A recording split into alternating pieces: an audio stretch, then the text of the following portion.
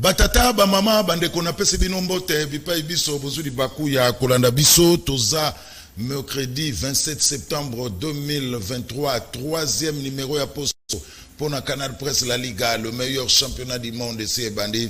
Tout la mouille, on est fatigué, mais on n'a pas le choix. Il faut qu'il y ait toujours au servir bino. Merci à l'équipe technique composée de Rodilou Wadio, composée de Freddy Takidi, Adolphe Dominguez et Tata Mobitch, Serge Makosole le mercredi, Azanabiso, Mona Congo Central, Soulembo Yoazali, Nathan Ondi, Pati Sumbu, Gimputu, le grand maestro. Merci na équipe technique Oyo, Bazanabiso P. Bon, on est dans des très très bonnes conditions, amis téléspectateurs. Alors, comme d'habitude, nous avons salutation awa, to pesi mbote mingi, na petit frère ya Amoli Mabassa. Petit frère ya Amoli Mabassa. Comme on a eu tonton Kakez, et voloko na London, na Clova de London. Liga et comment déjeuner na bango ya tongo. Ah voilà, je crois que na London bazolanda.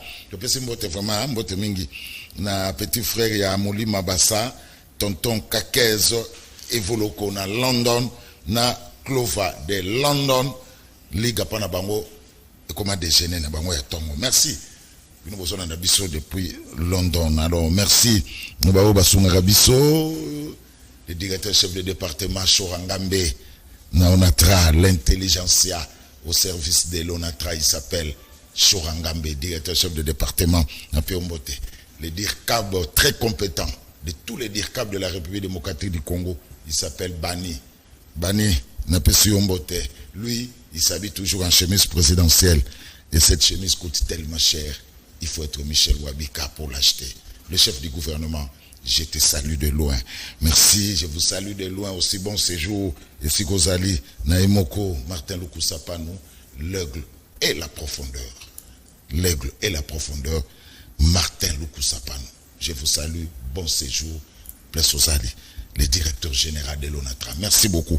Alors, pour Pesipembote, na chaîne Moko ya YouTube, Euti Kobima, voilà.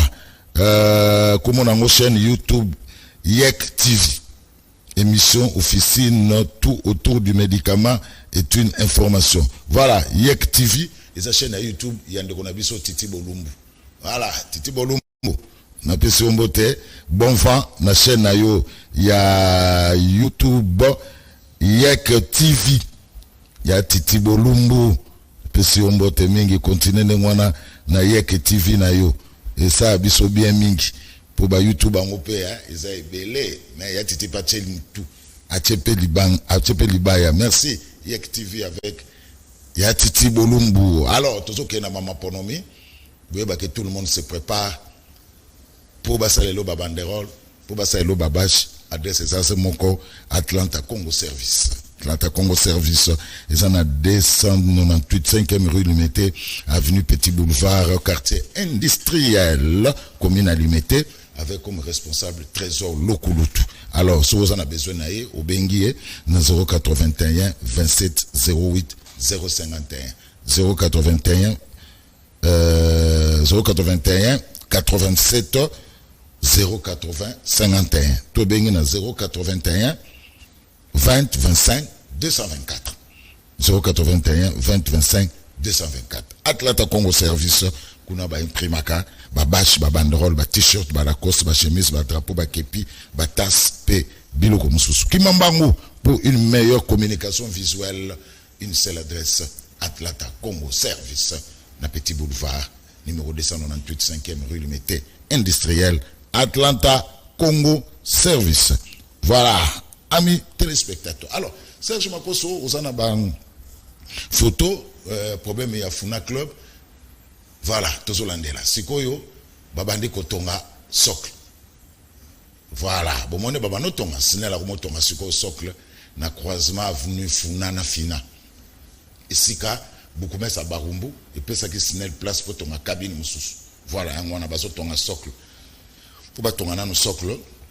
Si ma bon on va salaka hein bon on va technicien la matière donc à la mingité Funa Club aura sa deuxième cabine. Mais ma problème, il y a courant et qu'aussi là, na ba oba yaka ko tripotaka courant na cabine à Funa Club au Souki. Parce que Lelo, Snell, Ayoki Mbela, il y a le meilleur championnat du monde. Tala, parce qu'on a déjà socle pour la deuxième cabine. Nous sommes les autres qui sont on a au Saganate. Donc on a dit la semaine prochaine déjà, deuxième cabine, les autres Tanakata Funa Club et Bako Kabola. Nous sommes au Tikalikuna. Bamiso so bazui oyo ya kabina sika siko tokotala ba oyo bayaka ko tripotaka courant nazo kane passe nazo ko otanga ba komona binote po eza passe mingi poso na tangi e pesa bien te mais merci na Snell musala zo sala to pesimbela Snell ayoki socle ngwana bana Funa Club oza la calme yangwana ezo tonga ma déjà to lobaki ke o eza le meilleur championnat du monde soki to lobi basalaka tolobaki tobeti tangwa lelo ba musala tolobaki tolandela ngo ti nasuka ti kabine kokota courant epeli na ba quelques départs po bako kabola ba noso ba ozala lisusu na kabine moko Funa Club te po kuna charge komi tellement trop yango Snell ayoki mbela na biso akozo tonga kabine mususu na croisement na coin wana na Prince siko yaka siko o ambouye na coin à Prince wana mukilemo na yo la cabine embrouillé ba mona yo sikoyo. Merci na Snell tozolandela musala oyo ezali kusalema. Amis téléspectateurs, lelo na lati Bichilix. Même Serge Makoso tana kotia kamwe. Fifi Bashala. Batu batie songi ba bi onde kozulu na Fifi Bashala masoleza bisusu biente. Non. Bichilix mode. Toujours Fifi Bashala na Bandalungwa. Merci. Fifi Bachala 085 27 77 966 085 27 77 966 et comme tellement ibelé na garde-robe na zo batena sa na oneni na pesa Rodi Luwadi non pati sumba sa zwaki siko foto pesa batu mususu wazana besoin Bichilix mode hein c'est ma bolo balisusu non forme zate yango nazo azo bata masima Bichilix mode te to pesa rande tu peux s'agrandir information. Merci. Dans le directeur, il y a marketing, il y a Sonas, le directeur très compétent Alain, le directeur très compétent, le directeur Alain, le directeur marketing dans Sonas. Merci. Sujet à l'élo. Le dernière révélation de Nanga défraye la chronique. Première question. A-t-il dit la vérité ou il cherche de faire un buzz? Est-ce à l'obibo solo to nanga ni garaba yoka yekaka? Pour nani ba révélation ya nanga wana na quelques jours na moi mi politically pour na ba élection. Nanga solo ba biloka ndengwana. Nana za simanai. Parce que azalaki awa akokai koloba ngote tanga ken exil abandi koloba. Nana za simanai.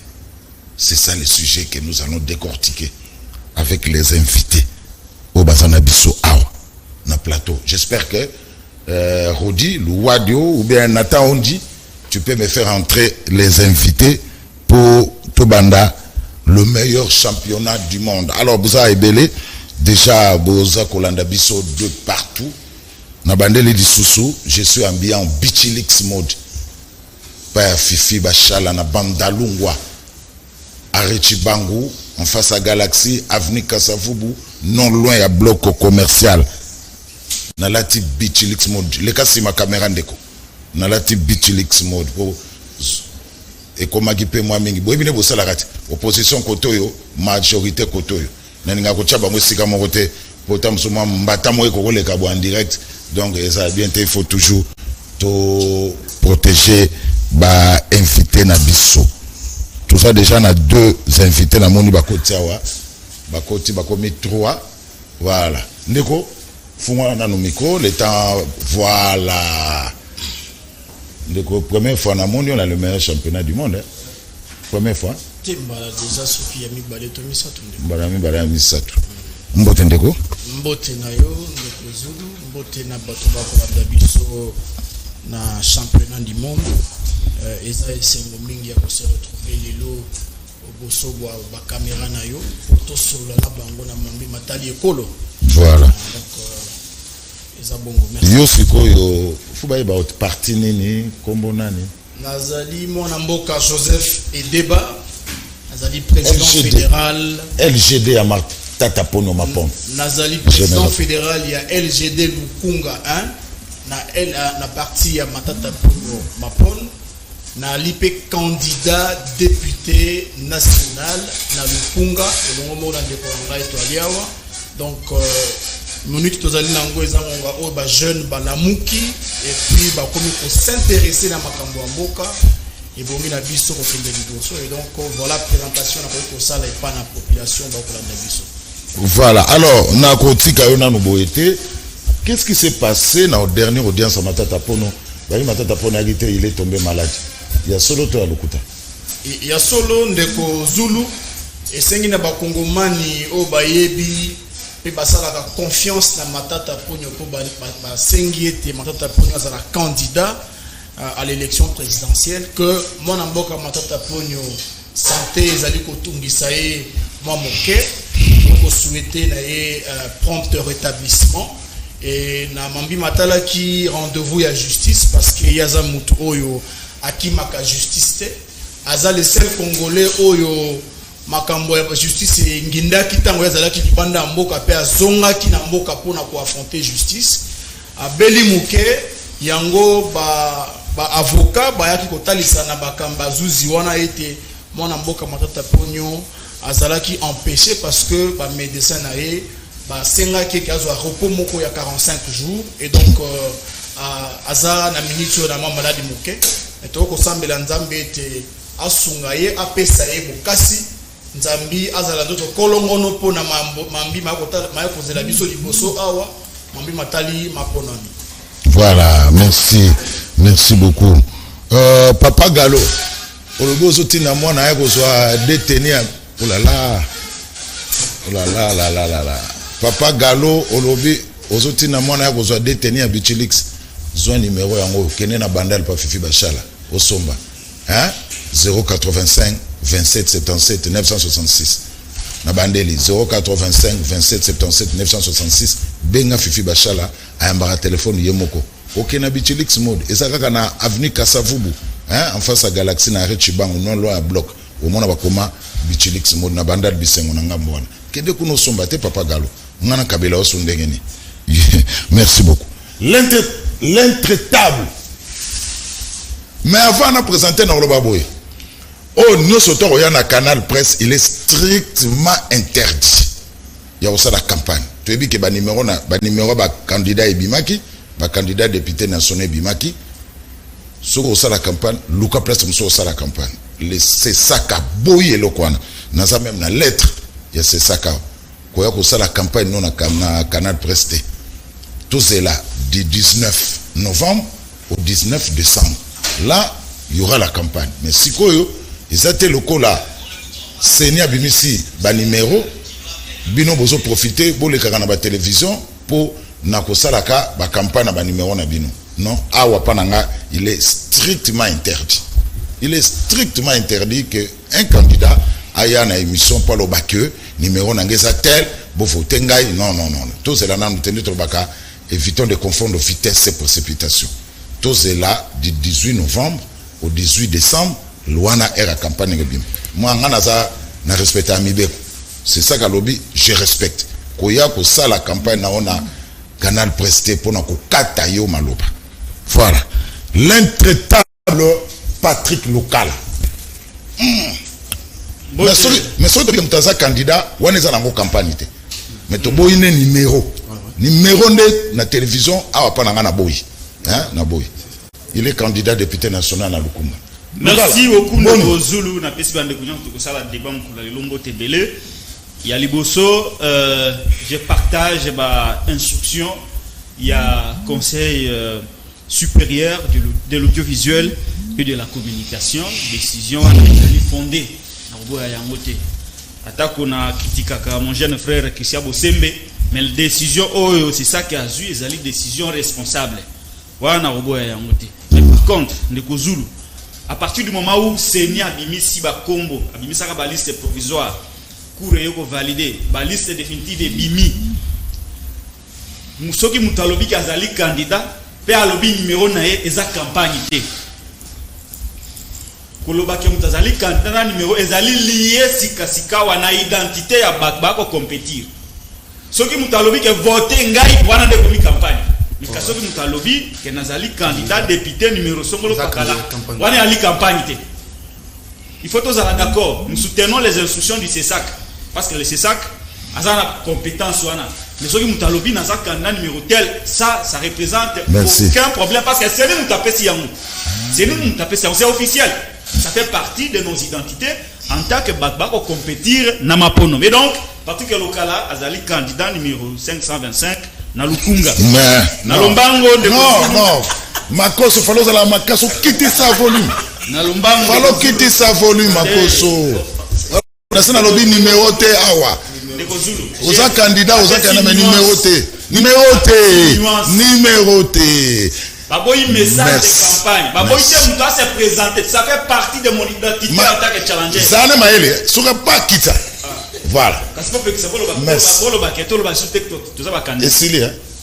Bon, il y a liboso ya mwana mi balé ndeko Zulu Salomon Escadela azali gravement malade. Gravement malade. Audience auto les awa azalaki na incapacité à se présenter. Ba médecin balobi akoki ko se présenter na audience était. To landeli likabwango, nous sommes rendus compte que ndeko Salomon Escadela état de santé na ye ezo nécessité ba évacuer libanda azo ba soin et bon soki abiki azonga aya ko samba devant bazuzi na ye. Iloko tosenga yango wana l'état pe asengeli ko protéger bato ya ko landela. Et vous avez malamu taza na état de santé malamu po yo landela ye peuple aye ba vérité mais que oya Salomon azobela bozo boya ke se faire soigner libanda eza likamuzu ya misa to pour sisa ndeko Mike Mukebai Nkoso kultu na ngai azali candidat numéro na utanga te lokolo doyi na boya yango Mike Mukebai Nkoso depuis bakanga ye akotisa requête na ye na cour délai à 30 jours et c'est le cas pour que la cour s'exprime. Dit lelo kamuleta avant de la requête ya ndeko Mike Mukebai toye barate soki kamuleta a créé droit mususu toye barate soki kamuleta a créé ba règlement mususu intérieur règlement lobby que soki mutakoti requête répondez en dehors 30 jours.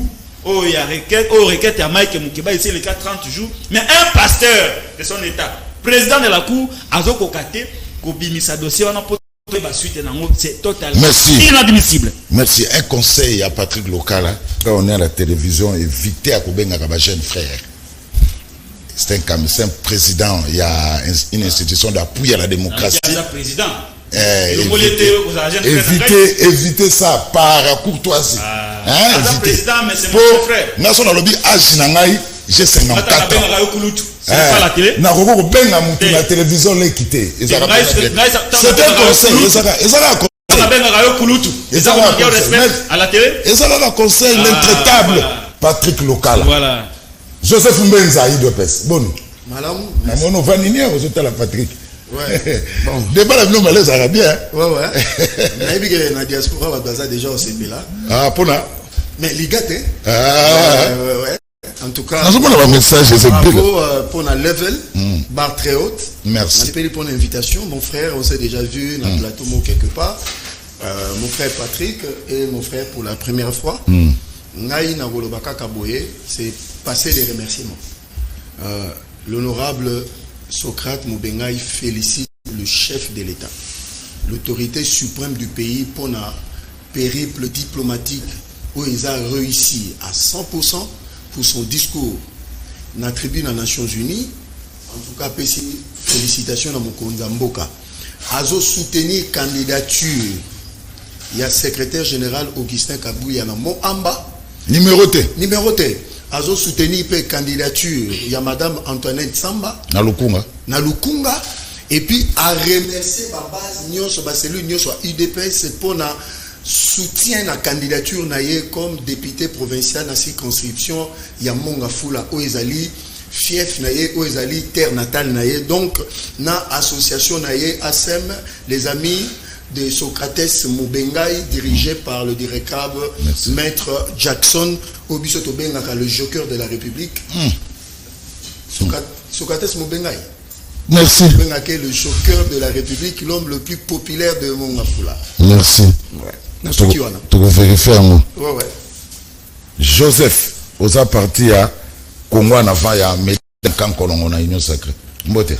Mbote na yo kulutu c'est Martin Balela mbote na bandeko toko kabola na bango plateau mbote na bayi Congo mani nyonso ba kolanda o balingaka koyoka komona e bango Martin Balela centenaire de la République tikana pesa mbote centenaire de la République tikana pesa mbote na premier citoyen congolais le président de la République Félix Antoine Tshisekedi Tshilombo.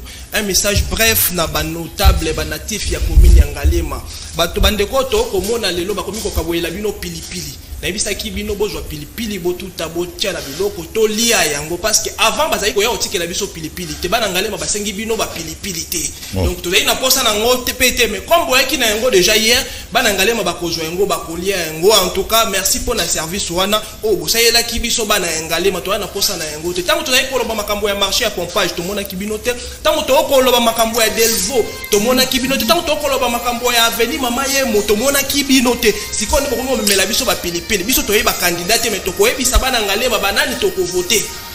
Merci beaucoup. Je crois que au Kangela biso téléphone ezala bien ming. Donnez ça même à Rodi Louadio. Pesango Rodi Louadio. Voilà, Rodi, tu peux sortir avec ce téléphone parce qu'on est en direct. Ça nous dérange. Merci. Ndeko, Joseph. Martin. Namonio na nani? Na bando. Ezani.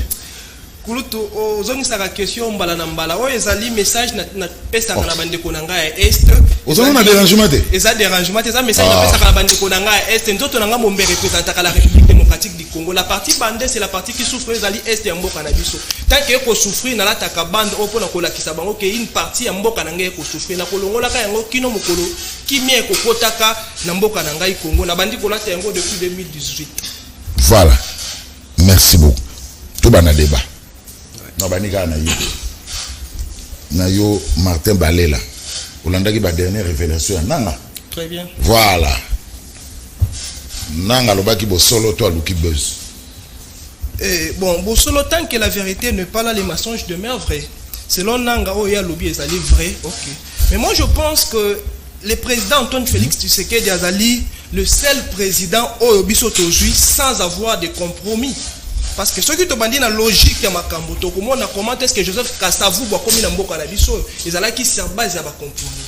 Donc comment Joseph Mobutu n'inga quoi dans Mboka na biso yo, ils allaient qui sur base à compromis bien qu'ils allaient qui na coup d'état parce que c'était un coup bien prémédité. Donc comment Laurent Désiré Kabila, ils allaient qui n'a pas compromis et même qui coup d'état. Tu vois comment on a Joseph Kabila qui siège vide et là qui sur base il y a coup d'état parce que Moselle Laurent Désiré Kabila a été assassiné. Donc le seul président Mboka na biso jouit sans compromis. Moi je pense que c'est Antoine Félix Antoine Tshisekedi Tshilombo. Donc tout ce que Nanga a dit ça l'engage que Nanga.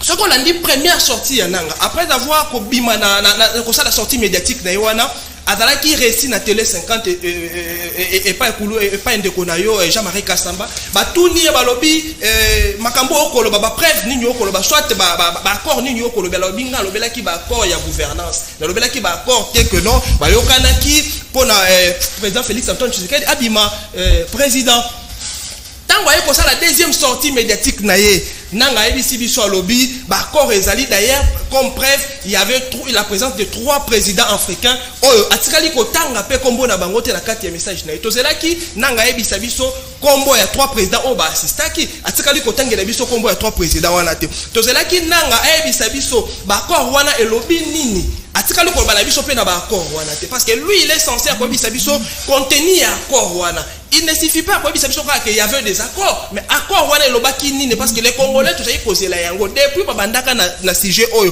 Non, ce qui union sacrée kabwani na comment ce qui cache kabwani na FCC tokobimisa ba vérité. Si les loyo FCC cache kabwana to tikala ko mona vérité te to tikala ko mona accord te nanga continuer les sous na théâtre na ko expliquer biso que non il y a des accords mais accord oyo ya ko bisa biso donc on luka contenir accord akoloba yango te alobi bato bazalaki atangi même pas kombo ya bato ba assistant ki batemo bazalaki nani bananyo ba chaki ba signature na bango na kati ya bakor wana nanga tikali ko pesa biso te il n'est pas clair na ba langage na ye. Moi je pense que zali ezali la meilleure façon pour lui à commisser la publicité. Mais à cause que a commisser la publicité na ndenge ya mabe parce que la République démocratique du Congo soit l'histoire est pour retenir la personne de Nanga.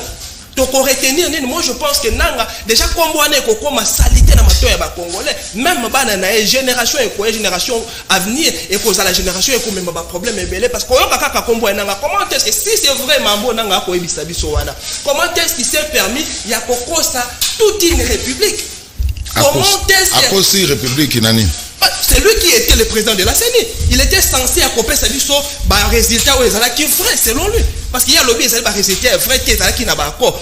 C'est lui qui était censé accompagner sa vie sur un vrai résultat. Mais tant qu'il y a pas sur un vrai résultat, c'est-à-dire il a trompé toute la République. Ah mais même sur la mensonge là, et puis surtout qu'on retenir, moi je pense de pareilles personnes, bah qu'on méritait peine mon quoi cause à la être à la historique, et à la peine mon quoi monter sur ce cas tout ni comme un nanga, ton nanga au statut et d'aller toloba, et d'aller moto à cause qui République mobimba parce que le président Félix on peut indiquer dans Makambouana parce que bino moko bozalaki na cuisine bino moko bozalaki na gouvernement mais comment est-ce que yo kopesa biso okoyebi biso que non il fait partie ya ba accord wana ba accord oyo otikali kopesa biso contenu na yango te otikali koyebi biso te zalaki signé wapi otikali koyebi biso même pas banani bazalaki ba partie prenante ya accord wana donc etikali biso na flou na niveau wana parce que à sa clarté nanga à sa clarté etikali koza la paix clarté na message na ye. Merci Martin Balela Joseph Yakonga avant Patrick Lokala. Pourquoi quelques jours et l'élection nanga nous fait toutes ces révélations et bele balobi alobi on a retard est-ce que nanga cherche un buzz tout nanga dit la vérité. Merci beaucoup Ndeko Zulu nakanisi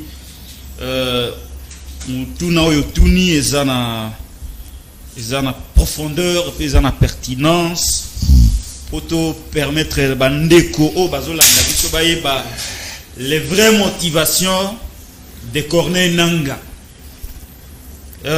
Yaliboso to ko rappeler ma pronomie il y a 2018 avant banda biso to boka kambela te bako préparer moyibi ya ma pronomie to lobaka yango mbala na mbala to boyaka yango. Opposition à l'époque avait même donné ba préalable o esengela ki signal andela po ma pronomie ezala ma pronomie ya malamu ma pronomie o ekondi mama ipa ya batu nyonso ezala batu bako gagner ezala batu bako pola pote po batu bako mana kondima ma pronomie esengeli ba préalable belé ezala respecté yango mutu ezala raso ki ma pronomie eleki dans les normes et comme une fête de la démocratie. Mais biswa na école au Congo ou 2006, 2011, 2018 le lenge basala ma pronomie soki ma pronomie sili babimisi ba résultat et comme matanga national pote bato yo bazui babimisi bango te bato bazwa kite babimisi bango yango monaki tango ma pronomie sili Martin Fayulu oyo azalaki na soutien populaire koleka ba candidat nyonso abimi mais Seigneur boyaki kolekisa ye Seigneur boyaki kolekisa ye ndenge Seigneur à l'époque aboyaka kolekisa papa Etienne Tshisekedi wa Mulumba. C'est comme ça que ye alobi atako boboyi mais nazali président élu kozala élu ezaka peuple a ponu abimisio mais bato a motema mabe baboyi ko bimisa yo nde sikoyo azwaka statut na lokola papa Etienne Tshisekedi na 2011 statut à président élu. À partir de ce moment Congolais nyonso ayebaki déjà vérité parce que Martin Fayulu azalaki le seul leader crédible et a porté combat wana pe lelo mokili sie ndima yango ye moko pe aloba ase alimbisa na ndeko Félix Tshisekedi oyo azwaka victoire na ye. Donc à partir de ce moment pona biso ba peuple polémique débat nyonso bokolo ba autour ya vérité des urnes etali biso lisusu te parce que muto alaki victime alobi ngai na fungoli motema po elokani bana ko kanga mboka ndeko Zulu bana ko kanga mboka makasi albi na fungoli motema na limbisi ndeko Félix Tshisekedi a gouverner na ye mais likambo oyo ete ya biso po to bongisa mapono misusu ko ya pona to zala ka lisusu te na président investi na président élu mais non proclamé. Donc débat on a ici là Martin Fayulu Matidi, le président élu, avait mis fin à ce débat. Si Kawa, Ponanini Nanga, Oya Hebi, que débat nécessaire, parce que hier a participé à Moyibi, Yama Ponomi. a participé à Boyiba Martin Fayulu Maponominaye. Kwani ni Yavanda Kimia. Te ayoko lobaka lelo. Aza mobali te, aza mobali mwasi. Ko mobali ya solo azalaka soki eloko eza ya montako kababi eza ya yozwa yango. Yo kangi munoko tiki peuple anyo kwami. Oyoko lobana suka mandaka ono ya zwaki te tel ndi mutazwaki. Pona nini nanga akoti na komba oyo. Première révélation. Babotoli na nanga mine d'or na ye. Et pas bato à régime. Mine d'or wana ndeko Zulu. Ils en ont coûté à peu près 20 millions de dollars américains. 20 millions. Vous imaginez? Nanga na mine na yekuna. Bato à régime babotoli. Ba hypothéca yango na banque moko na hauteur na komboté pour vous éviter des problèmes. Ndesikomoni kanda ya nange mati. Po ba botoli eloko na ye na makasi. Ba respecter procédure te ba botoli yango na makasi nde bazo botola ba kongo ne bazwa ka ram nde ba yibaka biso mbonga ram ndenge pe ba ko botola na nanga mi d'or na ye. Nde kanda ya nanga yango wana. Eza makambo ba vérité de june wana te. Lokola yebi ke bato yo ngana yibela bango victoire. Garantie za ke ba assurer protection na ngai ya bandeko na ngana biloko na ngai ndenge nini bakomi ko botola ngai biloko na ngai mbongo na ngai mine na ngai ndikanda nanga ali ayibika place ko so ezaka place ya esika yibela bango nde ayo ko bimisa makambo eloko mususu ezate par rapport ya nanga c'est une fausse polémique revendication de mususu eyebani eza mambo amine atika kotungisa ba congolais parce que eloko nanga wana ndikuzu eko changer nini siko yebisa ngai nanga nega lobike Tshisekedi da zwate selon ndenge tozoyoka eko changer nini. C'est lui qui gouverne, c'est lui qui est le président de la République, c'est lui qui est proclamé par la CENI, c'est lui qui a été investi Muto Mkolo Victoire alimbisa ya tika nango siko nanga eko changer nini par rapport à la revendication biso tozanango concernant les fichiers électoraux, l'audit du fichier électoral, concernant la composition de la cour, concernant Mambi Matali composition même à CENI parce que certaines composantes ne sont pas représentées, l'opposition n'est pas représentée. Ba revendication nanga, ba révélation nanga ko sala et ko profiter na nani. Ils ont distraire ba congolais alo bakaka ki aki ata na justice, ata libanda mboka pona mamba mine na yati kabiso kimia.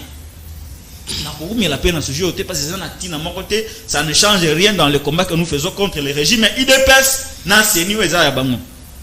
Deuxième révélation. Au moment où je vous parle, depuis 48 heures, nanga na Félix Tshisekedi baza na Belgique. Oh. Na biteke bakutani. Tozala mayi. Nanga na Félix Tshisekedi baza na Belgique. Comment expliquer cette coïncidence? Yo uti kuna na New York, nanga walwanzo aza na Zambia na Ghana. Aza na Ghana. Tosutuka nanga aza na Belgique, Félix Tshisekedi aza na Belgique. Coïncidence wana ilakisi nini? Est-ce que va kokutana? Est-ce que va kosolola? Tokota l'attitude ya Félix après, tokota la paix attitude ya nanga après tango bango mbale ba kolonga na mboka Belgique. Nakomoni keza distraction. Bango mbale ba yebi eloko bazowelela. Nanga nande ko Tshisekedi ba yebi eloko bazowelela. Batika ba congolais kimia, faut pas nous distraire au moment où nous sommes focus na combat otako mener pour les changements. Nous sommes focus par rapport à CENI ya kadima o ya zokoka makambo te ko swana pamba pamba didi manara na président bazoyo kanate président na secrétaire exécutif bazoyo kanate azui kuna ba agent o ya ngoyimulunda a recruter bango atie bango na cabinet na ye. Merci. Donc toujours la maman surtout nanga vient nous distraire voilà. Dans un état normal, et singeli ko sambisa nanga. Merci. Allo ba véritango mais comment on a déposé Soki ezalaki un opposant nous talobaki yango makambo contre Félix neti bakabunda nde basi bakanga nanga po ba yebi place nanga yali soki ba yebi ke nanga zokosa et kaza na outrager chef de l'état parce que bakanga biso pas na outrage parce que le kalao a sali outrage Mike Mukeba yo outrage nani Barnabé Milinga outrage Kabund outrage. Nous avons outrage à Makasi pour les Gabangos, c'est Zananga. Merci. Kasiba a initié une action en justice. basenga extradition ya nanga isika ya zalaka na Ghana pe sika waza na Belgique bazong c'est na kati ya Kolo Congo et bongo aya ko présenter ba preuve na makambo azoloba comme ça Congolais ko yeba soit azokosela mokonzi ya mboka ki azwate soit azoloba vérité à ce moment-là Congolais akozala fixé mais okomona muta ko sambisa nanga zate parce que bazo banga ye ayebi vérité basaka na muta ayebi vérité te. Merci. Voilà. Pati Sumbu zoka na longola Giovanni Kabasele longola e Pati omoni kombo wana Giovanni Kabasele Kabasele longola e na YouTube dibosala ande supprimer Giovanni Kabasele non peut-être ko ba komba bato en direct supprimer au lieu de participer au débat il passe son temps en train d'insulter les gens longola e Mbenza oyo nanga lobi c'est une distraction dixit Patrick Lokala et qu'on change na eloko moko te wana première question deuxième question soki pesi ko tozongi sima na banzo ebi phrase ya Kabila atali amoni ke IDPS nde deux questions Mbenza IDPS ok. Merci beaucoup pour la question. La première des choses, normalement, quand on fait l'analyse, il faut vraiment qu'on ait un contour. Nanga, il a joué un rôle, il a eu une fonction dans Mboka parmi les chefs de corps. Maintenant, la loi, même la pratique politique, oblige na motonio so azu ba fonction aminene na Mboka na obabenga na droit de silence, na droit de réserve, on est un principe simple.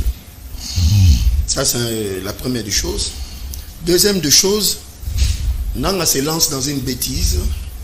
Il y a communication inutile et ils ont concerné Batouté. Alors, Yemoko, Amibomi na Yemoko par rapport, il y a des déclarations na Yé. Ce qui n'a pas qui mobile, qui vraiment montoisa sérieux. La simple des choses, à qui la justice, à saisir justice. Nazoya nazana principe nazo ke malembe. La troisième des choses nanga ke na télé 50 bisotem tout tidaki nanga lobby expressis verbis ce qu'il a dit. Il y a eu un accord certes vrai mais accord de gouvernance parce que Motomoko a gagné qui na présidence l'autre groupe a gagné na parlement pas autre chose. Les vidéos sont là mais la même personne aïe Lissousou à se dire bon si bateau baza sérieux même dans le monde entier personne ne peut prendre un tel monsieur sérieux. Un homme politique c'est lui qui assume ses propos du début jusqu'à la fin mais un individu comme Nanga à la mouki na tonga le bielo comme Soussou na midi le bielo comme Soussou na pourquoi le bielo comme Soussou. Alors dites-nous comment voulez-vous tous soit mutwana au sérieux Tokei. Je veux dire ceci. Dans la lobby que c'est XY qui avait gagné la pour la publicité. Moi, je cite le nom de Félix Antoine Tshisekedi Chilombo. Mais, les Congolais doivent réfléchir. Tout pousser boule très loin. Donc, avant même 2018, Facha Zalaka déjà l'homme fort de ce pays pour imposer sa volonté à Joseph Kabila, pour imposer sa volonté à Benoît Luamba, président Cour constitutionnel, pour imposer sa volonté à Corneille Nangaa, lui qui est de l'opposition à l'UDPS. Donc, en d'autres termes, Félix, c'est lui qui dirigeait la République pendant cette période-là pour imposer sa volonté, pour dire aux gens que Ngamnaleki Bochangai. C'est illogique. Ça, c'est un autre aspect des choses. Nanga, pendant son règne, regardez son agir. Bâtiment n'a saigné qui locataire, mais aujourd'hui, si Nanga était sérieux, la simple de choses, que la RDC, c'est le bâtiment. On a l'élo de Nikadima, saigné à son bien comme propriétaire. Oui, c'est la banque du peuple. L'élo commis à saigné, ça appartient à l'État congolais sous Fachi. Nanga géré 1,180 milliard de dollars, s'il vous plaît. Si vous avez soyez au sérieux. Oh, Denika Dimasoma, combien à l'État congolais? Et combien à l'État congolais, allez vérifier. On a déjà remis les clés. Et ça, ça l'a rénové, parce qu'on réflexionne. Allez voir. En bonne et difforme. En bonne et difforme, mais passation marché, ça mis en bonne et difforme. Si vous voulez que Nanga va jouer au sérieux. Un autre aspect des choses. Là, je rejoins mon frère, mais à sali digression, à sali tournure à ma baie, na intention à ma baie. Local, hein? Local, parce que le monsieur, son analyse est approximative, mais toujours kende. Trafiquant d'or. Mais il faut qu'il y ait, un Congolais, un document, où il peut s'acquérir validité à exploiter, carré minier, il y a mine d'or, on a Ituri. Est-ce qu'il est prêt à brandir? Parce qu'il vient toujours avec des mensonges ici. La fois passée, je l'ai collé au cou. À la Kissa, en quelle période Makambo Oyo, il y a escadé l'avocat à l'obité. Mais il vient encore avec de contre-vérités dans le plateau. En présentant quelque chose de vrai, mais à côté de Makambo, le côté de l'Enakati. Ayebi Saba Congolais, Nanga Azouaki, mine d'or, de quelle manière, de quelles conditions, a brandi le document parce qu'à l'obit, la procédure, il y a retrait, et Zalaki est suivant guité. Or, Toyebi, la procédure la plus simple. Moutou Azan a attribution après avis à ma service, ces ministres ayant en charge, ma mine a signé, arrêté, a botolé validité à exploitation. Il y a permis d'exploitation. Alors, ça va Congolais permis d'exploitation à Corneille Nanga. Et là, comment quoi lobby, n'a comment qui a motivation. Mais motivation, ils ont la Canada biloko. Il y a le mobile et il y a le motif. Où ils ont une intentionnalité, les criminologues, c'est-à-dire l'intentionnalité à mon tour, ceux qui ont ça la déclaration, but n'est anini. Mais tu as été incapable de dire le but, il y en a, mais heureusement à révéler que Félix Abotolaye, Mindor Yangwa Siliki, a lobby Makambo, on a Congolais pour retenir que Patrick Lokala certifie que Nanga Azalaki na Mindor, il était président Seni. On a la deuxième prise de parole et puis mais c'est tout à fait normal. Et ici le montant de 20 millions de dollars, il faut que justice aille. Comment est-ce que Nanga a pu réunir à ce montant financier? Il y a 20 000 dollars 20 millions 20 millions de dollars. Ça ce sont des révélations toujours à ton position. Et ça bisoté Tokei Ndeko Zulu bisoto ça pépélé. Je vais lancer un message clair à Patrick Lokala, na groupe na bangonyo soana. Fati ne tombera pas avant 2028.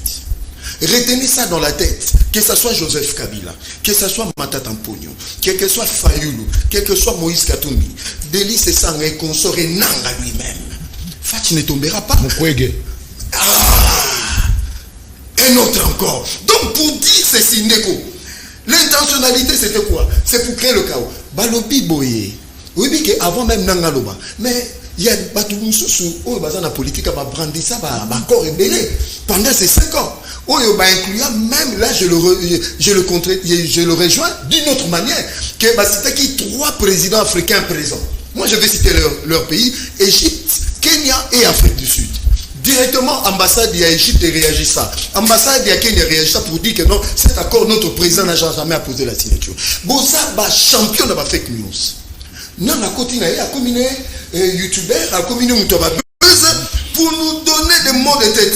Tenez, en 2006, tuerie et Zalaki. 2011, tuerie et Zalaki. 2018, tuerie et Zalaki. Ozaki na Kinshasa, awa. Si on nous compare, ben pourquoi?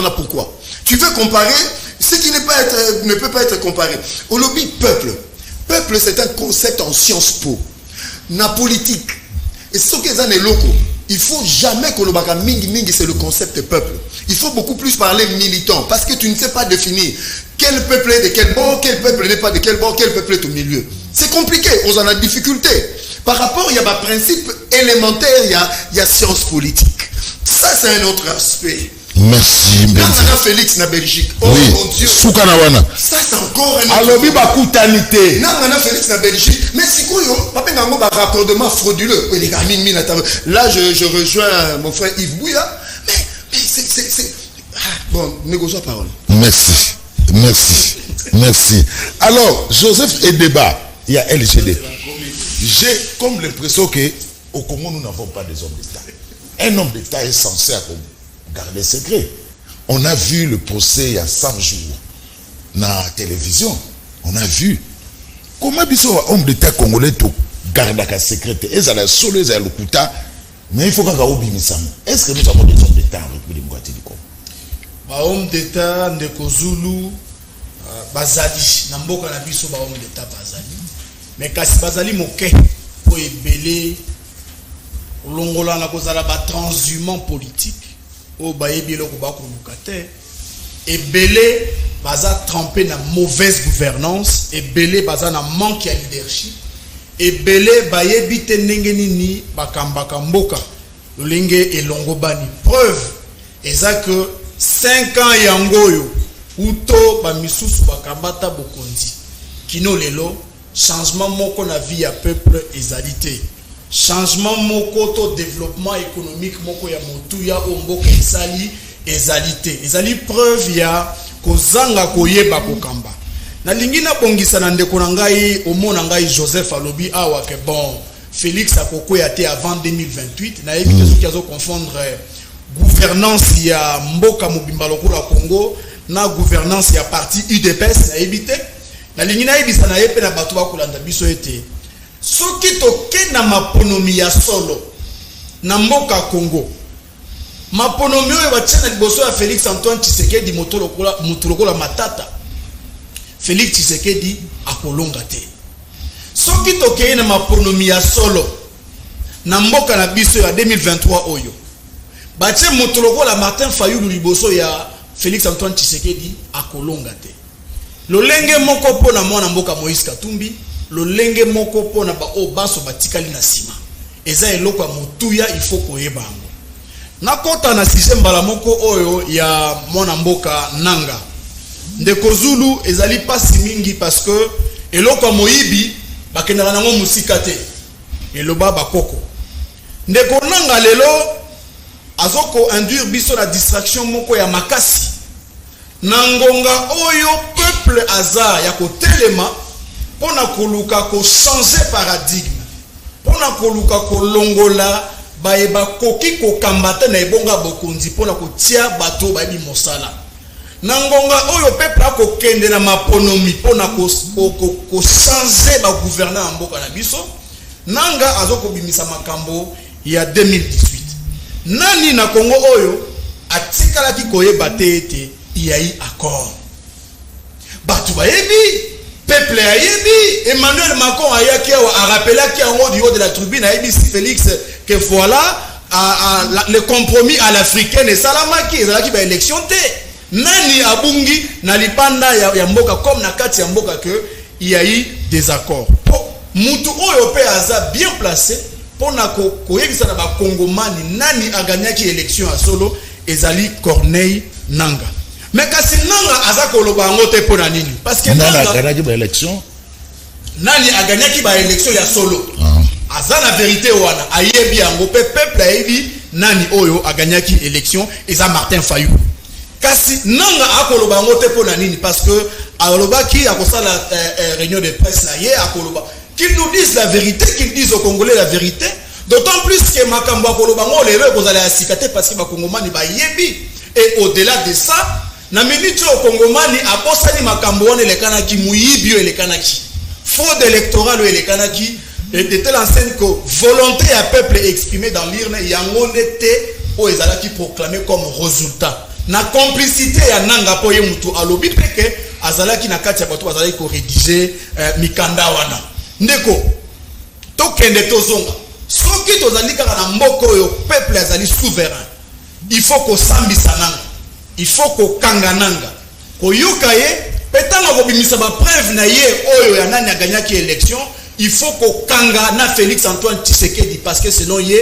Félix aganyaki ba élection te ko kanga Félix Antoine Tshisekedi na ko kanga pe lisusu mais attention nous sommes na lobby bien que soki peuple alaki souverain na mboka na biso soki peuple alaki souverain na mboka na biso il faut ko sambisa ndeko Nanga il faut ko kanga ndeko Nanga parce que ça grave koyiba élection ya peuple mobimba ko pesa ngona moto mususu selon ba explication sur ce débat est-ce que Nanga il fallait alobato fala kanga monoko naye Nanga akokaki koloba te parce que ye azali na kati ya batoyo ba favoriser et que fraude électorale est précédée et soit ascendance sur les vraies élections na minute oyo ata alobi te nani aganyaki élection et kosala ba kongomani eloko te yango tolobi soki tozalaki na mboka o peuple aza souverain il faut ko kanga Nanga aloba pe apesa ba preuve na ye tant on repère ça va preuve na ito koyeba nani a gagné qui élection na nani oyo ayiba qui élection peuple a se charger lisusu ya ko kanga moto oyo ayiba qui ba élection et puis ko kanga même ba o bazala qui ba témoin parce que eza ko sakana na volonté ya peuple souverain primaire oyo a vota qui na urne mutu oyo ya mona ki mala kamba mboka mais suka batu moko bweliboke batu moko basangani nde bazui décision ya kokamata mutu moko batia na ebonga bokonzi soki seulement makambo akoloba si seulement makambo nanga akolobeza solo alors peuple il faut avoir charge ya kokanga et mutu oyo apesa qui est pouvoir na ye moko Félix Antoine Tshisekedi na Corneille Nanga peut punir bango sévèrement pour avoir égaré pendant presque 5 ans oyo la mauvaise gouvernance 5 ans oyo mboka ezongi sima 5 ans oyo détournement eke ezongi alors que ba misusu baza ko ba détourner qui baza promis na ba poste ministériel. Merci Joseph Edeba LGD. Alors ndeko Jambenza na kopesa un numéro à Joseph IDPS en direct boité, il serait mieux au benga na numéro oyo. So que monsieur Sili benga to ko garder pendant 5 minutes ou comme ça bo solana pour zo 5 numéro il y a Joseph Mbenza, on peut pas donner les numéros en direct comme ça. Et ça ne peut pas donner la personne à Londres. Nina Chou Nina Chou, aux zones d'Abisso depuis Londres, benga na numéro oyo après émission, comme ça au solala na mutezoluka.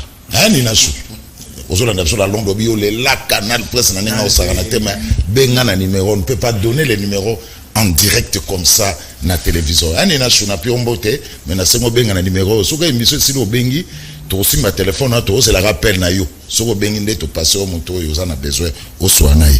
Patrick Lokala, est-ce que le peuple congolais a besoin d'un spectacle nanga à quelques jours de l'élection? Merci beaucoup Ndeko Zulu. Nakanisa Ndeko Mbanza, c'est ça. Mbenza. Bon, je me suis rappelé na confusion comme Ndeko Mbenza.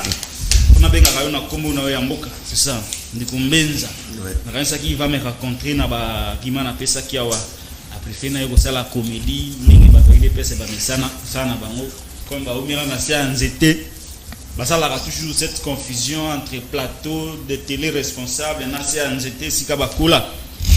Mais to bongo la bango makanisina bizaleli. Ici on n'est pas na sia nzete sika ba sala ka comédie. Ba lobi na omoni te osuki ba lobi na yoke nanga na Félix Hero bazana Belgique. Eza lokuta te ozamba ndeko kuna benga bakoyebisa ke bango mibale baza na Belgique na analyse ndeko lobi rapprochement pe basalaka ndenge nini kaka nanga Félix alobi makambo ya vérité des urnes nanga répliqué curieusement bango mibale ba se retrouver na Belgique. Vous pensez vraiment que c'est le fait du hasard? Hein? Ce n'est pas le fait du hasard. Je reviens sur la vérité des urnes. Martin Fayulu l'a dit que yem taganya maponomi. Ba français, ministre Jean-Yves Le Drian va le compromis à l'africaine. Macron yawa rappela Félix et tina point de presse. Makamba compromis à l'africaine. Nanga pa yekoloba. L'État est quand même sali de Kozulu. Image à l'État et baby. Le la Félix na batunaye. Basala réunion so bala tsana mokili ke bango ba yiko protéger fonction ya président de la République parce qu'à chaque fois que ba critique objective ezali bakangaka bato pona outrage offense au chef de l'État mais nanga offenser mokonzi makasi pour nini justice akokoka te ko bengisa nanga oyo ko offenser mokonzi matin midi soir pesika azali bino boyebi yamu nga journaliste na yebi azaki na Ghana akomi na Belgique. Ce qu'on une justice à kokanga été. Kwatika ko baby salokumu ya mboka. Ici il s'agit d'un pays où bazana humilié. Ce qu'on a un souci, il y a ko sauver image ya mokozi. Bokangaye aya na ba preuve. Comme ça mokile boyeba. Kasi elo wana boko sala ya muti. Po boyebi kazana ba preuve. Azana fichier mobimba. Ndeko Zulu. Nanga zana fichier. Nde baponaki Martin, nde baponaki Félix, nde baponaki Chadar, nde baponaki Ngube fichier wana nanga zana nde. Toboite mais pourquoi quelques jours après l'élection locale? Classico. Ce qui nanga zokosa. Bakangaye aya devant le tribunal batunaye yo mutu ozako lobake ya gagné te. Wapi ba preuve. nanga kozaka machine na ye na flash disk apesani na bazuzi dans un procès télévisé babandi ko raconter tio comment na Malta bimi Félix Azuite et là on va profiter ya mwana c'est comme ça que juste alingite ko bengisa nanga pour ça la vérité au moins nous la vérité à la makasi nanga azana deux conséquences deux sorts de la nanga sort à liboso en politique tout peut arriver je parle ici sous réserve il y a théorie il y a cours constitutionnel il y a droit constitutionnel plutôt en politique tout peut arriver deux sorts ils ont la nanga ba ko kangaye ou soit ba ko bomaye parce que c'est un témoin gênant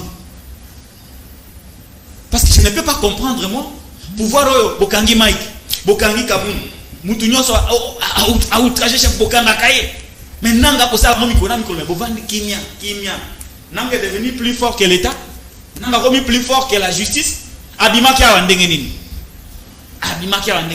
akoma ki Ghana ndenge nini akomi Bruxelles ndenge nini sika fait Sazali.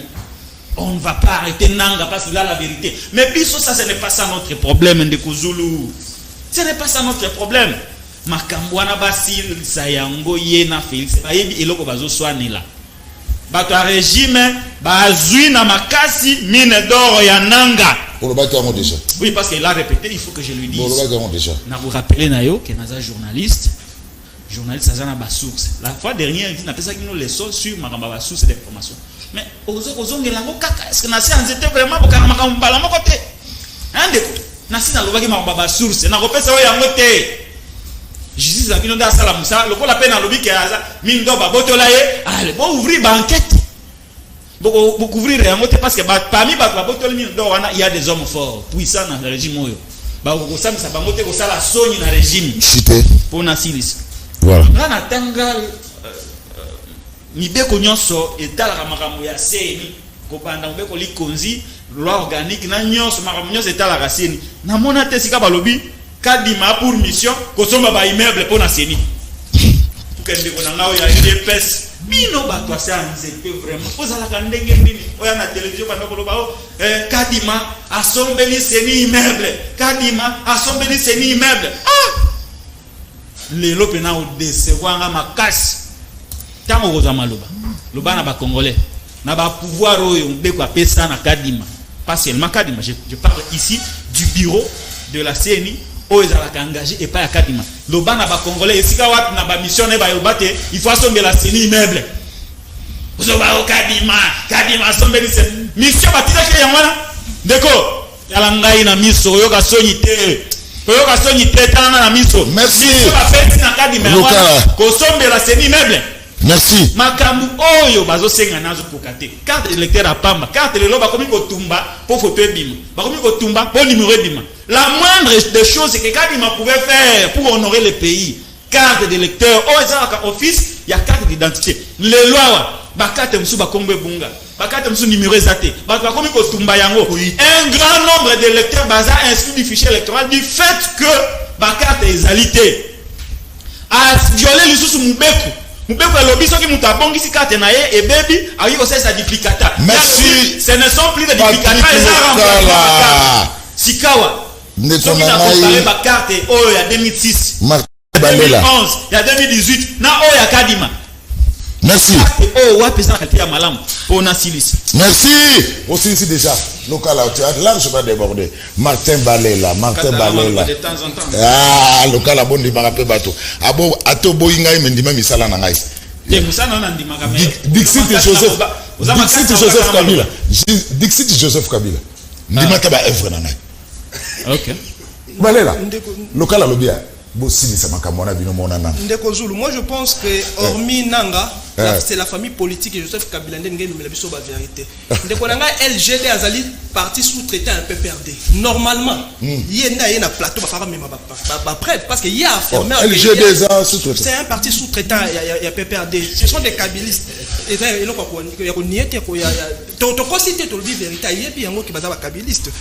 donc il y a des gens qui sont censés être comme la biso ba preuve parce que nanga salite nanga ta libanda ya mboka yo ko la biso ba preuve ndiko nanga oye ko affirmer que ba accord ezali mo pesi biso contenu ya accord.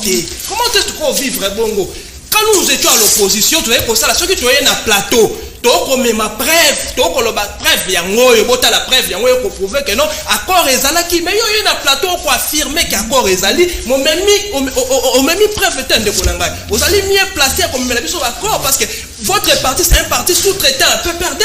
Pour ceux qui ont de Konangai local, je ne sais pas ce qui il avait resté la thématique parce que l'analyse n'a pas contraire à mambo biso to koloba.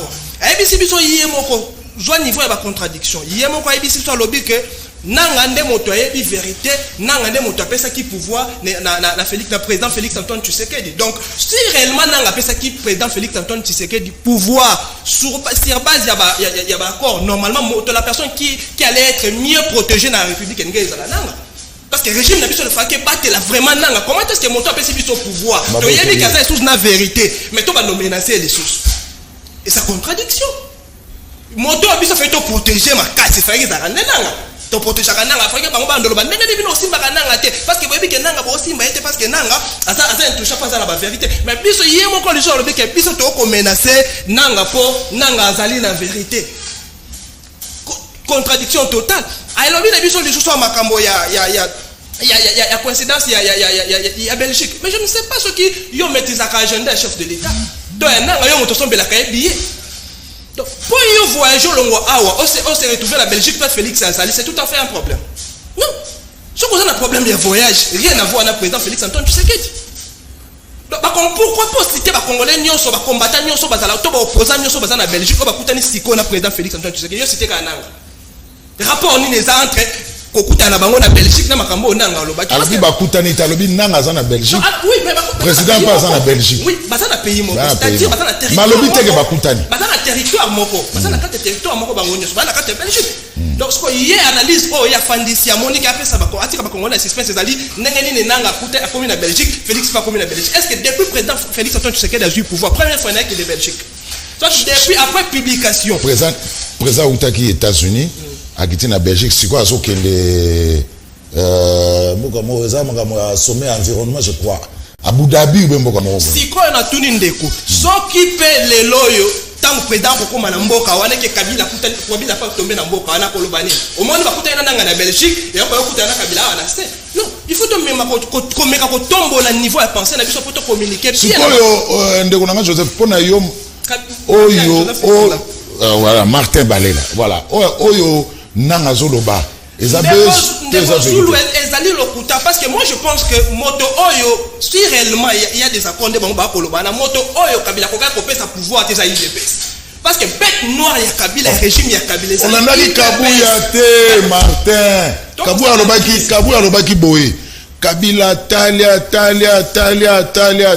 Monique ba Joseph na kolobela ba Joseph image ezalité nanga lobi na biso bo alobi il y a eu des accords après avant publication il y a résultat définitif c'est là revient à dire na résultat provisoire donc ba comprendre que c'était le président Félix Antoine Tshisekedi ne moto gagnaki yango ba kende ko kutana pour ba solo parce que si réellement ba on a que Martin Fayulu ne moto gagnaki ba nga ba kende pas Martin Fayulu ba kutana Martin Fayulu ba solo na Martin Fayulu babi Martin Fayulu aboyaki na aboyaki kutana na Kabila to tikali komona yango te biso to yebi yango biso to yebi que non le président Félix yemoko alobi yango abi il y a des grandes personnes en mboka na biso ba komaki des Raymond Chibanda na Nemi Moulania chef alobaki yango mais Martin Fayulu atikali ko citer bato yango te atika ko citer bango te moi je pense que non soki Kabila zai ko luka kopesa moto pouvoir ya ba ko kopesa IDPS parce que comment est-ce que IDPS abimisi mauvaise gestion ya Kabila na miso ya bato nyonso moto oyo a combattre régime ya Kabila koleka IDPS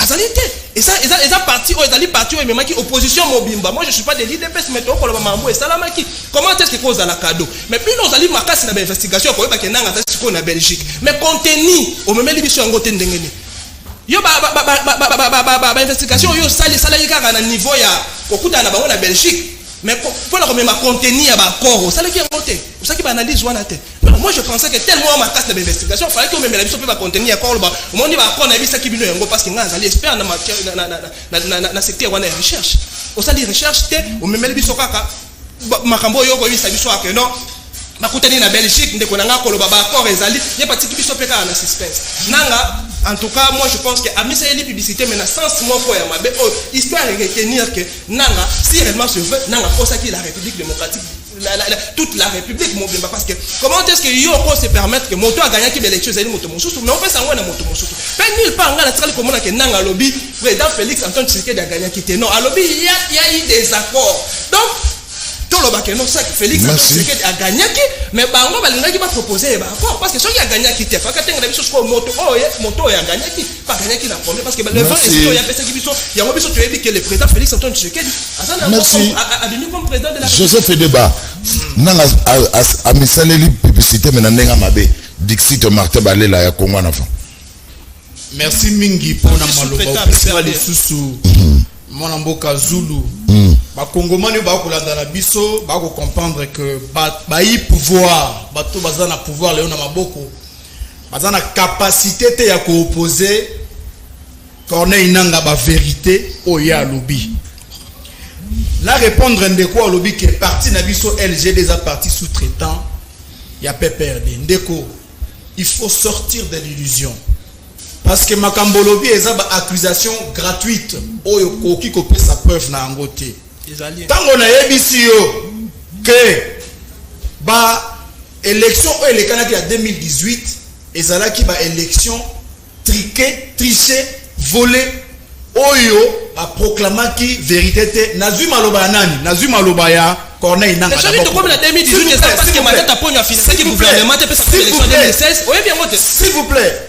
Est-ce que l'élection constitutionnelle prévoit que l'élection s'il te plaît Martin yimtana maloba nazui maloba ya Corneille Nanga azalaki mokambi ya seni o ya lobi yango polele nazui maloba ya Augustin Kabu ya lobi Kabila atali aponi IDPS nazui maloba Félix Antoine Tshisekedi yemoko après élection à lobby Kabila c'est un homme de parole, c'est un homme honnête betela ima boko nazui maloba ya Jean-Pierre Bemba na TV5 Monde à lobby sur les hold-up électorales pour bouder les résultats finaux il y a élection en 2018 Jean-Pierre Bemba o azali ministre lelo ya défense na gouvernement ya mwana mboka Sama Lukonde nazui maloba lisusu ya F Bazaiba o azalaki à l'époque pembeni ya mwana mboka Martin Fayulu na bitumba bazalaki ko bunda pour la vérité ya urne alobaki yango ki yayi hold up électoral koluka raison ya pamba tendeko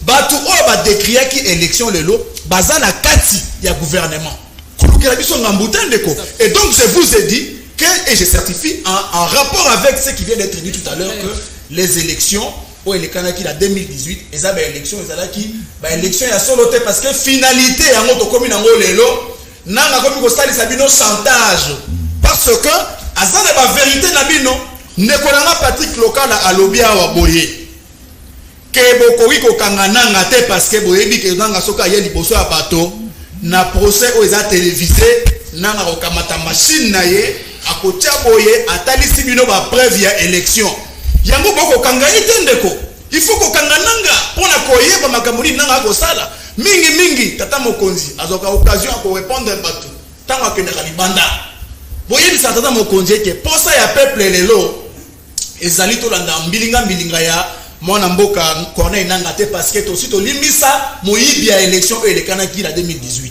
au-delà de ça peuple a lingi changement peuple a lingi alternance pacifique politique na 2023 oyo to kokende yango lelo to telemi elongo moko pona koluka ko changer bakambi ya lelo ba kokoka ko sala makambo te o ba bomi Congo Airways oyo ba kwesi ba entreprise ya l'état oyo ba yibisi mbongo ebele oyo ba kotisi mboka na nyongo ya 10 milliards to lingi ke batwana bakamata nzela bakende pe musala ya kitoko oyo Félix Antoine Tshisekedi ko sala lelo lisusu lokola tata mokonzi ya mboka Congo eza kobongisa maponomi oyo kolanda engebene mibeko ndenge zalaka en fait ya ko permettre à ce que erreur esalamaki to fraude électorale esalamaki en 2018 ezongela te ba kongomani ba pona ba député na bango ba pona ba député nationaux na bango obiso tozali ba pona ba député provinciaux na bango ba pona pe président na bango selon ndenge bango ba moni nzambi ete mboka ekende liboso parce que pour qu'un pays développe il y a nécessité de mettre à la tête des institutions batu oyo bayebi musala Exacté parce que oza muluba, il faut voter muluba to o kinisa liboso makambo tali baluba. Exacté parce que oza mukongo, exacté parce que oza muswahili, mais exact parce que oza na makoki ya kokambane ba ko appuyer yo. Alors ba autre on bango lelo ba la kisi biso limite na bango ya gouvernance et yango to ko senga na tata mokonzi ya mboka eke eloko moko ko sauver image na eli susu. Liboso ya ba congolais pe comme na ekota na buku ya wembo ya ba kongomani ezako bongisa maponomi oye mo kuta kozala na candidat atiki bato mususu et puis sunga seni asala musale longo bani nzambi ete to kenina kusukisa na maponomi oyo ekopesa valeur na peuple congolais par rapport ya élection oya ko linga ke sala manaka chamboka. Merci ndeko nanga Joseph. Alors Pati Sumbu supprimer Richard Mampuya Bidunga. Pati Sumbu supprimer Richard Mampuya Bidunga, supprimer Pati Sumbu. Et ça bien. Joseph Mbenza. Pourquoi ma révélation nanga ils ont dérangé l'union na IDPS? Mais ça ne nous dérange pas au moment que même Mokonzi Ayambo parti na biso Augustin Kabuya zolo banelo roté. Nazo tala local comme alingito benga na bakomba mboka. Je suis fier d'être à l'IDPS et je suis fier d'être le fruit à Sanzete. Parce que ce qu'autant qui histoire et monde, tous les érudits, ils s'adressaient aux gens dans l'aéropage et puis dans l'espace ouvert. Parce que nous étions refusés dans les institutions à l'époque, depuis 1982. Le seul moyen de faire passer le communiqué ou bien le message, c'était un regroupement parlementaire debout. Oui, l'histoire politique en beaucoup côté. Premier effet. Deuxième effet.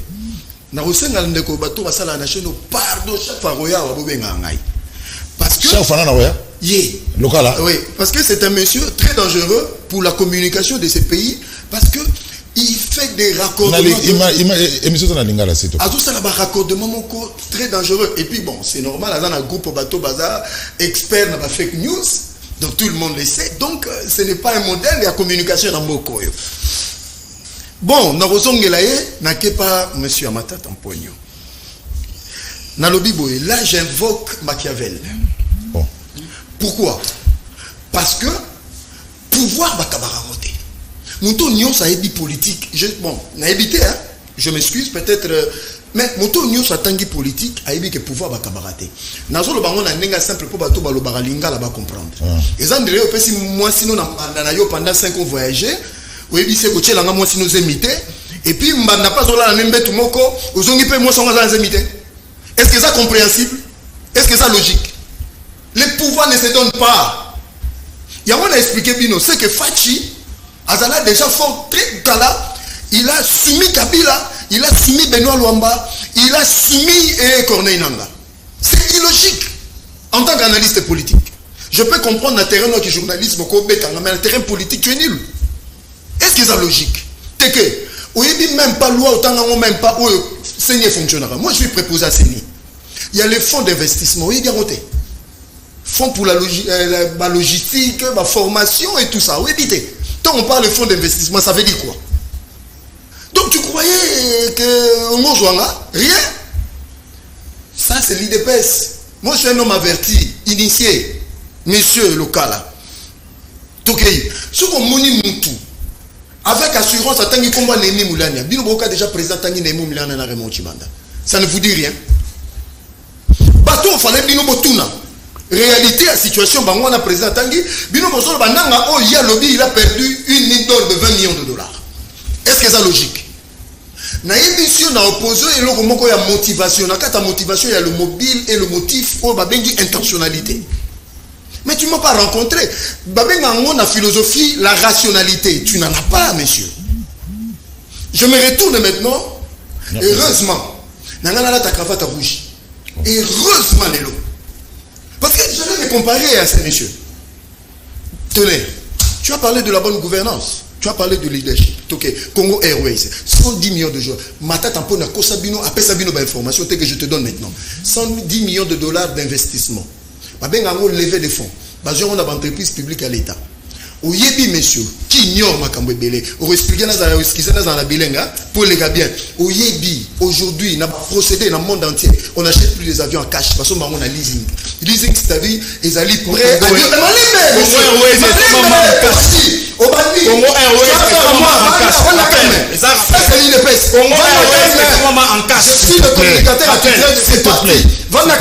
S'il te plaît. Les achats ne se font plus en cash dans le monde. Parce que là, on a leasing. Je t'apprends aujourd'hui, Ethiopian Airlines, ils ont 126 avions. L'entreprise Nyon sur Afrique, ils ont jeune venture Ethiopian. Ils ont 49%, 46% d'entreprise Nyon.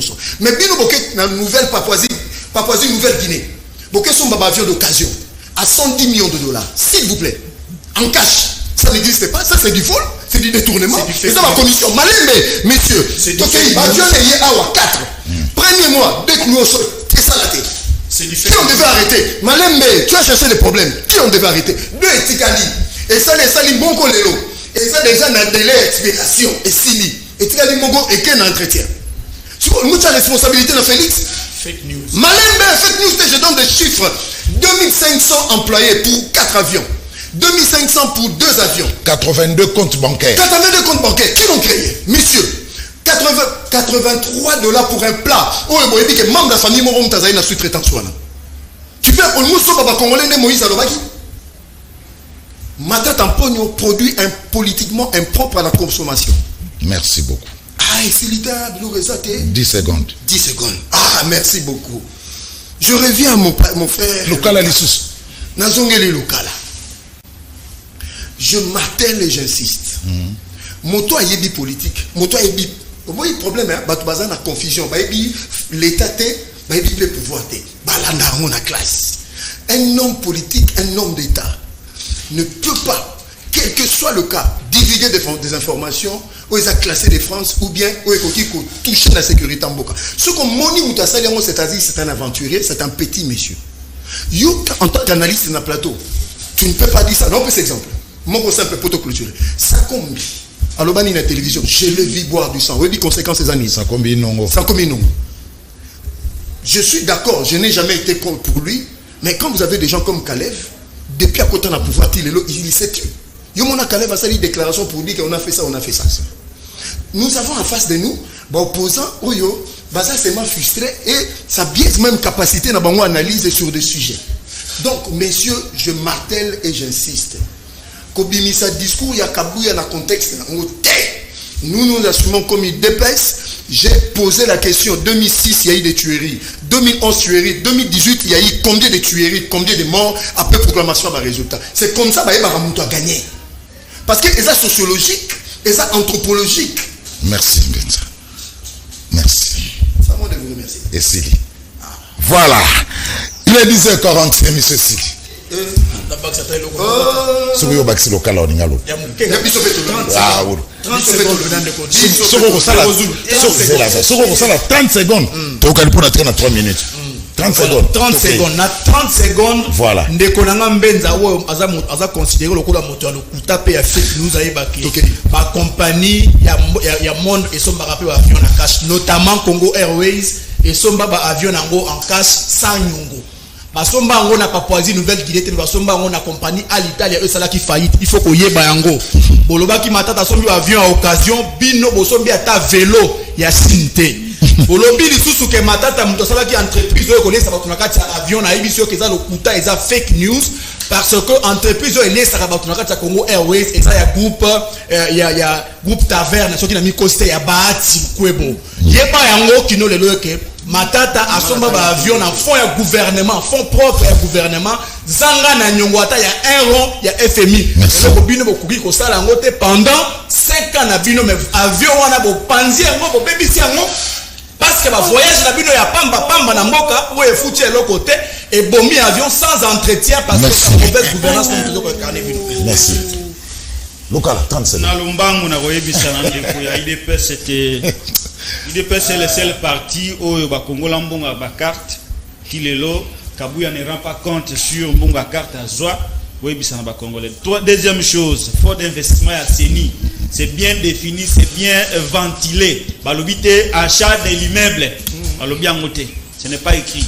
mission ya seni eza kosomba ba immeuble te ndenge ya koloba awa ezali ignorance na lombangu pona silisa alobiono un homme d'état ne doit pas divulguer de secrets d'état. Il réagissait na makambo nanga lobi. Donc secret ezali. Secret ezali, ndo lobi qu'un homme d'état ne peut pas divulguer ce que nanga yebi likambo yali. Ndebo hapo boya aloba yango. Merci. Ndeko mbenza yeba ke soki mambi oyo nanga alobi ezali lukuta bobengisa ye epai ya bazuzi. Biso polémique wana itali biso te parce que toyebi ke za makambo ya mine bozo so na pona mine ya bato bozui régime ya moyibi ya koyiba ka babilo ka bato nde boyiba biso rame wana koloba rien bozongisa ye mine na ye ya 20 millions makelele wana ekosila biso tozala consenter na maponomi mais soki bolingi bozongisa te bolobi kazokosa bopengisa ni ye likola libosa bazuzi aya na machine na ye na fichier atangela biso bureau de vote place wana mukolo wana. Merci. Martin Balela, 30 secondes. Oui, ndeko zo na royebi sa ndeko nanga LGD parti sous-traitant un peu perdé que avion basa la entretien en général après 5 ans. Donc s'il faut passer à l'entretien général et avion ils après 5 ans. Donc ba avion qui oh sa conclusion s'il te plaît. Qui prend vite avant na ngweli boso pona okende katanga presque kende ko kufa kunengo. Donc elongo ka Kinshasa kiti katanga kufa pe libela avion yo ko betela tolo. Ba biso aba prix o matata pona sombela biso ba avion. Et ça quand même débat na vie na biso les députés à Tchango. Matata pona biso avion mo ka sombela combien? Plus de 25 millions. Plus de 25 millions. S'il te plaît. Yo ça compte ça biso contredit mamba. Yo contredit mo lobi za lokuta. Même chose. Faut la contredit, maçon il faut même la vérité mais tant que y a la vérité tes maçons je demeurer vrai. Et s'il y a un matin. Oui. Benza 10 secondes. Ba congolais ba retenir que non na sengisi bango 30 secondes à fin. Nazo rappeler yo. Matata Pogno a déplacé institution président de la République Joseph Kabila na Kisanga na ke inaugurer tête à locomotive et Koufi na jour à inauguration. Est-ce que vous êtes sérieux? Il ne peut pas déplacer Malais, vous avez un problème.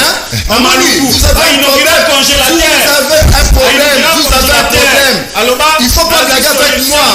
Au rejoindre. Je le dis encore. Institution Nazoya. Institution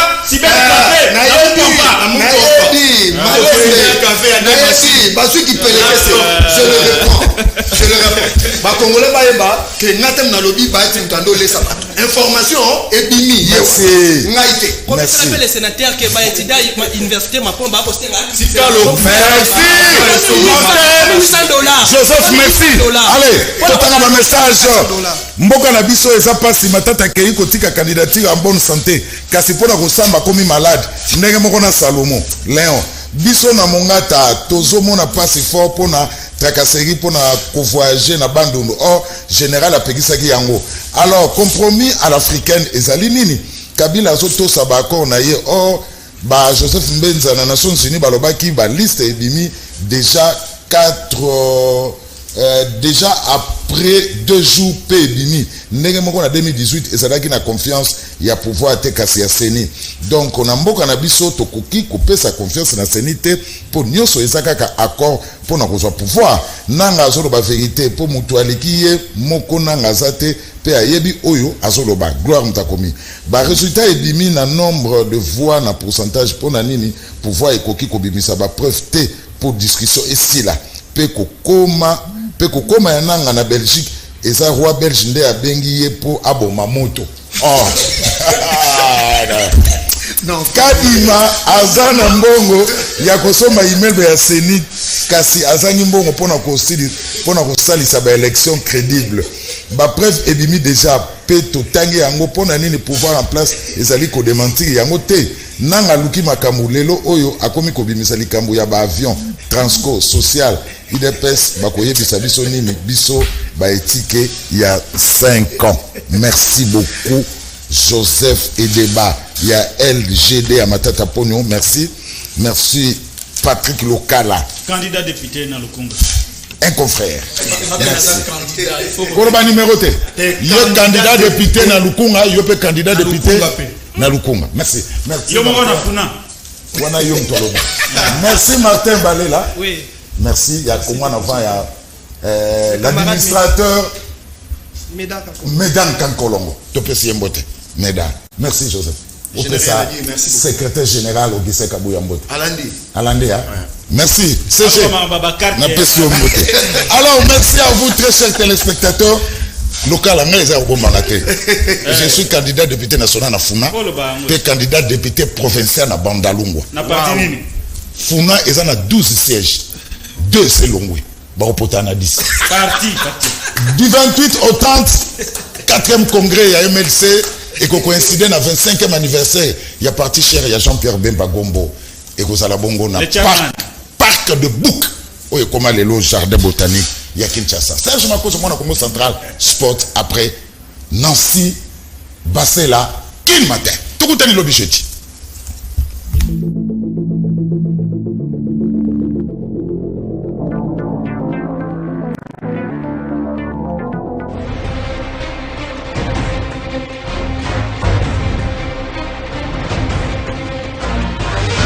MLC